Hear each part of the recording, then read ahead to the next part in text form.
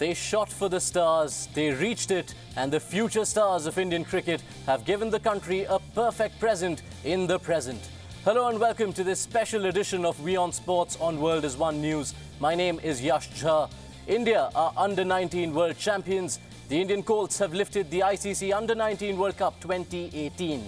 Over the next half an hour, we celebrate the triumph of 15 boys who over the course of 3 glorious weeks in New Zealand have positioned themselves to be the men who bear the proud flag of Indian cricket for the years to come. I'm joined today by two gentlemen to welcome the addition of February the 3rd, 2018 to Indian cricket's folklore. Former New Zealand all-rounder Chris Harris knows a thing or two about what success at an ICC event tastes like. He's been close to the action geographically as this World Cup unfolded in New Zealand. Former Mumbai captain Shishir Hattangadi has only been distant to the action by geography. His young heart has been beating with vigour for the Indian Colts all along. Gentlemen, thank you for your time. Chris, I'm going to give the opening comment to Shishir today. Shishir, a proud day for Indian cricket. Absolutely, Yash. I mean, every Indian would be delighted at not only India, becoming champions for the 4th time in junior cricket, but also the fact that they've virtually looked invincible throughout the tournament. It really tells you a story about the preparation, the selection, and also the fact that under Rahul and Paras Mamre, they have and the other coaches have been able to, as they say, keep the momentum throughout the tournament. When you're playing well, there are times that you can have a bad day at office, and things could change in the sudden death situation. But never in this tournament have they looked like they would falter, and that says a lot about the consistency and, of course, keeping the youngsters with their feet on the ground throughout the tournament. I think it's pretty much a blemishless effort by India, and it just goes to tell you the difference between India and the other teams at this level of cricket. Yes, and we'll discuss that difference and all the how and wherewithal of this glorious campaign ahead on this show. Chris, welcome to you. Thank you as always for your time. You've been pretty close to the action. In fact, we even spotted you doing commentary recently. Would you, from a neutral perspective, say this is as well-deserved a victory as any? It certainly is. I mean, within my time of doing a little bit of coaching down at my club here in Sydney and dealing with a lot of cricketers in New Zealand, I assure you that the Indian team has been the talk of the town, talking about the quality of their batsmanship. They've got a couple of seamers that bowl 140 Ks, and they have been the most talked about side throughout this Under-19 World Cup. They were always, for me, the favourite team. They had all bases covered. As I said, great seam attack, quality spinners, and obviously some quality batsmen. So, look, they thoroughly deserved their victory. They won all their games, and a lot of them convincing, and I think the final was the most convincing victory in any of the ICC Under-19 tournament. So, as you said, the hats must go off to the 15 boys. Rahul and his team have obviously done a great job along with the selectors. And after speaking to Rahul, the way that they were supported by the BCCI and that everything was put in place for these boys, the coaches that they needed, and all the preparation was has now paid dividends, and they've worked very hard. So it's a just reward, really, for winning the final. They've been brilliant throughout the tournament, and I'm very, very happy for them. A resounding win to complete a resounding campaign from the Rahul Dravid-coached India Under-19s at the Under-19 World Cup. We'll talk about the tournament at length, but just let's get through the final first. This Indian bowling attack had been very untested throughout this tournament. They had run over all opponents, taken all 50 wickets heading into the final. They did take the 10 wickets again, but what was perhaps more admirable this time was that there were positions where Australia really were in the ascendancy, yet this team and this lot of bowlers didn't buckle down and didn't veer away from the basics. Yeah, for two reasons, Yash. One is the fact that these are bowlers who are actually not capable of restricting teams. They are there to pick up wickets, which Chris will tell you is the most important facet of a bowler. If he can pick up wickets, then obviously, the restrictions becomes non-negotiable. It happens on its own. So that is something that they have conducted throughout the tournament. Even today, if you saw, every bowler had a role to play, and that is why you see the wickets column distributed very, very evenly. And young Roy himself, the two fast bowlers, and every time there seemed to be a partnership sort of building up, you saw wickets falling. That really told you a story of the way India has bowled throughout the tournament. Today was no different. They picked up wickets at regular intervals, and what struck me most about these young bowlers is the fast bowlers was, you know, they found them fielding at positions like cover point and extra cover. We haven't seen that in India in ages, you know. We generally are relegated or, you know, dispatched off to third man and fine leg after a long spell. They were all within the action or the epicenter of action, which means that these boys have been trained to contribute also in the field along with, you know, their core skill. And that is, you know, bowlers like Mavi and Nagarkoti. To see them field so efficiently, it just tells you that Indian cricket is looking at things differently. Yes, Chris, when it came to the reply, I mean, it's 216, you were always going to favour an Indian team. But the thing to keep in mind with small chases, as you guys often tell us, is to just keep your calm and build those steady partnerships. You saw 3 stands for the Indian team, each above 50. One man, the common thread, of course, Manjot Kalra. 10 years back, a boy from Delhi had won the World Cup for the Under-19 World Cup for India. Today, he's a pretty known player, goes by the name of Virat Kohli. Today, another young boy from Delhi has won India World Glory with a very, very composed and assured knock.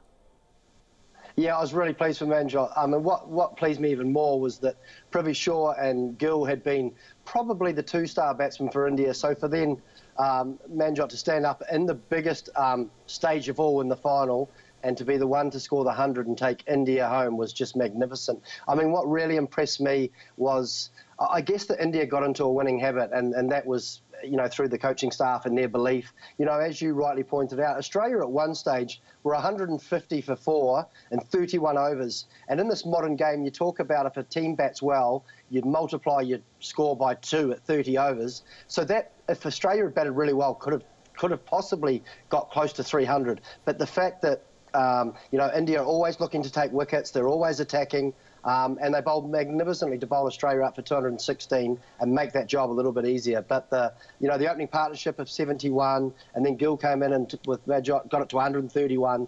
It just looked as though, as long as India didn't panic, they were comfortably going to get there, and they did it beautifully. And as we all know, it was the biggest victory ever in an ICC Champions World Cup, and you can't do any better than that. Absolutely, can't better a performance as clinical as this. And what's incredible is that this clinical nature held throughout the tournament. Shishir, now we're talking about these batsmen. There's one school of thought in which they really, you could say, they succeeded their seniors. In ICC events in the recent past, one thing that has happened with Indian teams is that the top order bats through the entire tournament. You usually don't see too much of numbers 5, 6 and 7. This team kept that template all through this competition. Prithvi Shaw, Shubman Gill, Manjot Kalra and Harvik Desai, between them did the bulk of the scoring. And what's heartening to see was there was hardly any blip for any of these 4 batsmen. Yeah, I think the team, the coach and the support staff had roles for batsmen, and if in the earlier rounds you saw they did change the batting order a bit, giving everybody a go just to be in rhythm. It's so important in a tournament like this when, you know, at the junior level, generally dominated by the top 2 or 3 players. And then what happens is, in a crucial game, you lose a couple of wickets, and you know, somebody who isn't in rhythm comes into bat, and he hasn't had enough of a hit in the middle. And that is something that they ensured, you know, that the management ensured that, you know, the other critical players did get some time out in the middle in the earlier games, and just to keep them in rhythm. And today what we saw, despite, you know, Gill getting out and Prithvi Shaw getting out, that there was this beautiful innings that was played by young Kalra, which I think will put him up in a different pedestal now, because, you know, it also speaks a lot about the temperament of the young man on a big stage. And if he's going to sort of progress from here on, he's always going to be watched by the torchbearers and the selectors of Indian cricket, whether he can go on to the next level, because certainly there's no doubt in his temperament now that he's got 100 on a big stage. Chris, the bowling contingent too is already being put on quite the pedestal. You told me earlier through this tournament that you've been mighty impressed by the Indian fast bowlers. You have two boys who are under 19 who are clocking consistent speeds in excess of 140. They're keeping the runs at a check. The primary three Indian pacers in Nagarkoti, Porel went for an economy rate of less than 4 throughout the tournament, and they took all the wickets. A mighty impressive beginning, and perhaps goes to show the kind of price tag some of these guys accorded at the IPL auction recently. Yeah, the seamers were superb throughout this tournament. You know, two of them clocking over 140 most of the time as an average, and I mean that's quick enough for international cricket. And also we talked about earlier the ability to field as well. You had two of their fast bowlers who were two of the key fielders in key positions, and I thought this Indian side have obviously done a lot of work in their fielding that showed throughout the tournament. There was some brilliant catches taking, and it was wonderful to see them diving around the park and the difference that makes. I mean, just a couple of fielders pulling off a couple of great stops that really puts pressure on the opposition batsman. And look, I really thought this Indian side, all-round side, including the bowlers, showed a level of maturity for me that was just a little bit above the other sides. I mean, it wouldn't be too far to removed from the truth to think that there's 3 or 4 of those players that possibly in 1 or 2 years' time could be in the senior Indian side. That's how good I thought they were. And, you know, the consistently levels, as you said, the top 4 scored most of the runs throughout the tournament. That's what you want, backed up by the 2 quality seamers. And also I thought the spinners bowled very well as well. When the seamers didn't strike, the spinners did a good job as well. So it was a really, really good team performance all round. Shishir, it's just typical of Rahul Dravid through his playing career. He wasn't the man to take the adulation. A lot of the credit behind this success goes to him. But there he is, being the man Rahul Dravid always has been. Yeah, I mean, it just typifies the wall, isn't it? What he said was, you know, he's a little cautious about them not making this their only great experience. I mean, that's what I could gather from his talk and or his interview. But that is Rahul. I mean, he obviously wants the team to enjoy this win and, you know, a historic moment for Indian cricket. But it's the journey that he's more concerned about, because like I've said earlier, a lot of young players fall away between under 19 and the senior team, and that is where I think we as lovers of the game, the custodians of Indian cricket, the selectors, need to be a little more vigilant in terms of watching the success, watching where they're going wrong, because these are privileged boys. They're obviously special cricketers to be playing for India under 19.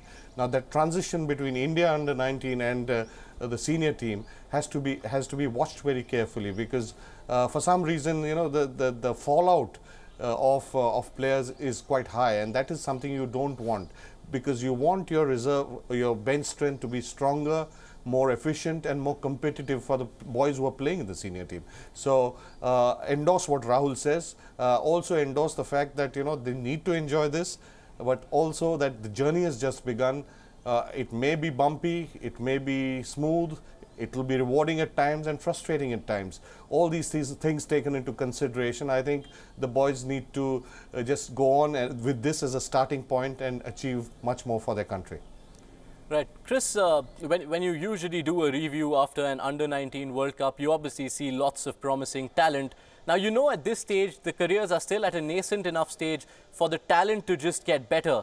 But temperament is usually something which you expect to be developed at latter stages of any cricketer's careers.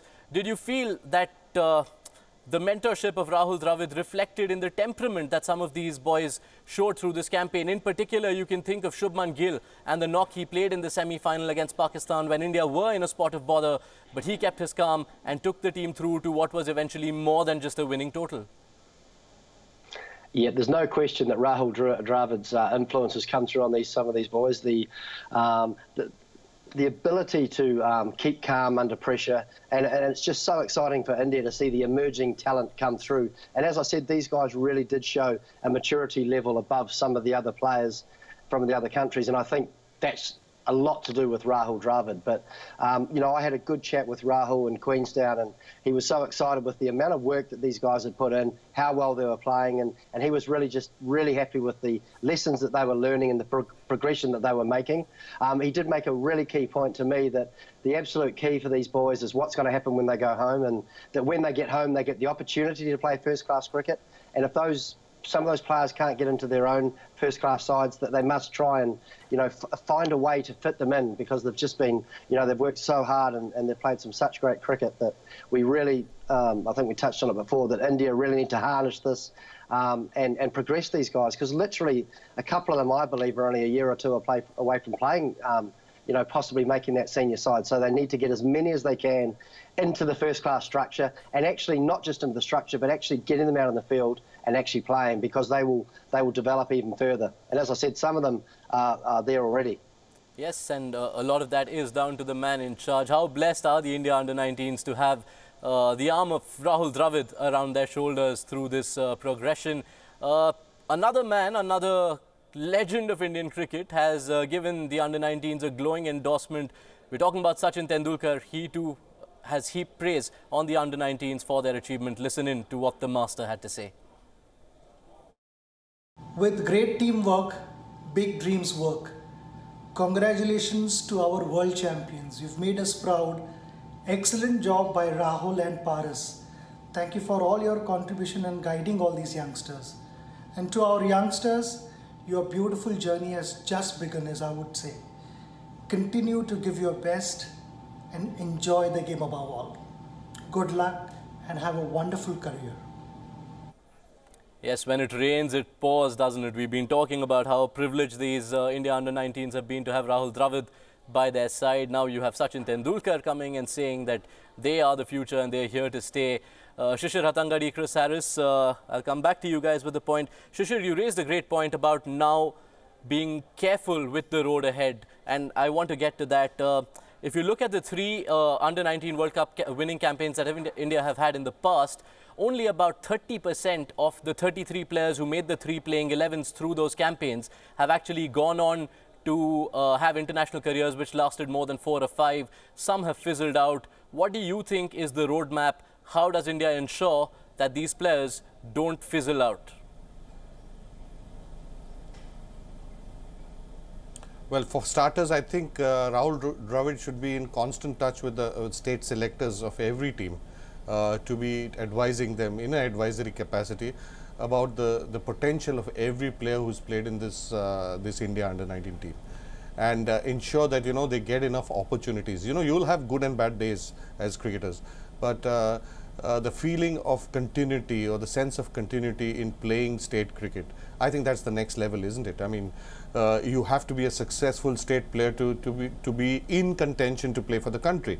So I think the first thing that the selectors need to do is to be in constant touch with the India under-19 coach and the junior selection committee, to be able to communicate to them what their plans are for every player who represents his state from this bunch. So the earlier these boys get that opportunity, I don't think, except for Prithvi, a lot of them have played too much first-class cricket. So you get opportunities, you get stuck into the first-class system, you probably improve and learn about your game as you go on. And then when you're sure of yourself and you're delivering numbers, then you come into the reckoning to play for your country.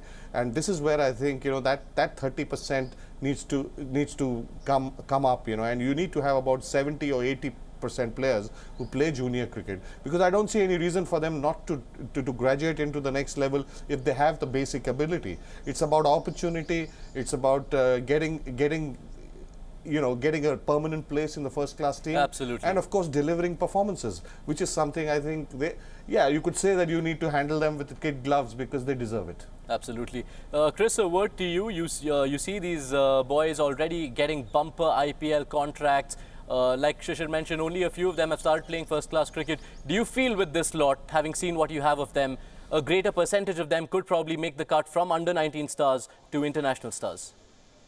Oh, I'd certainly think so. As I said, I think they showed a level of maturity beyond their years. And I think the absolute key, as we just talked about, is that Rahul Dravid, and this is certainly his intention, that there is those lines of communication open with the state sides and the first-class sides, and that these boys do get opportunities. And if those communication lines are open, and if there is an opportunity at one state for a couple of these players, that perhaps they look at a state where their style of play may fit in and they can get an opportunity to play. I think the more of them that we can get playing first-class cricket and at state level, certainly the more of them that will progress. So I think that's what's happened in the past. They have gone back to their state and they've been picked in squads, but they haven't necessarily got game time. And I know Rahul Dravid is very, very keen to keep those lines of communications open and to try and, I guess, right that, not mistake that they've made previously, but try and make it even better. Try and give them more experiences, more opportunities. And look, we know for a fact that not all of them will make it,